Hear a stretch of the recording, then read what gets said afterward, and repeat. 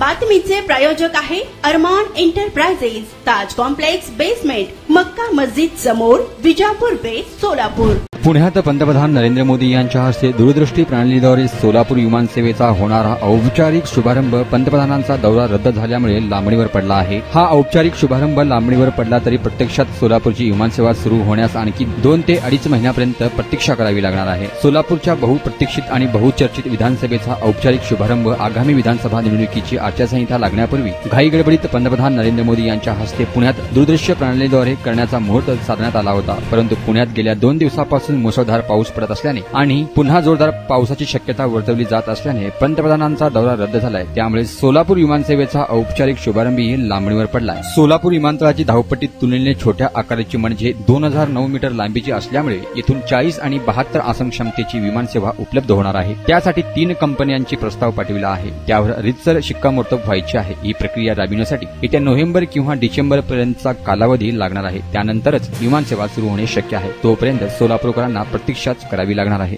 सोलापूर शहरात विविध प्रकारचे अत्तर, perfume, massager, hair dry, important goggle, important watch, नवीन गॅझेट मिळण्याचे एकमेव ठिकाण अरमान एंटरप्राइजेस। आमचा पत्ता ताज कॉम्प्लेक्स बेसमेंट, मक्का मस्जिद समोर, विजापूर बेस, Solapur. Proprietor doctor Mohsin Bagwan. Contact 9922 55 9711।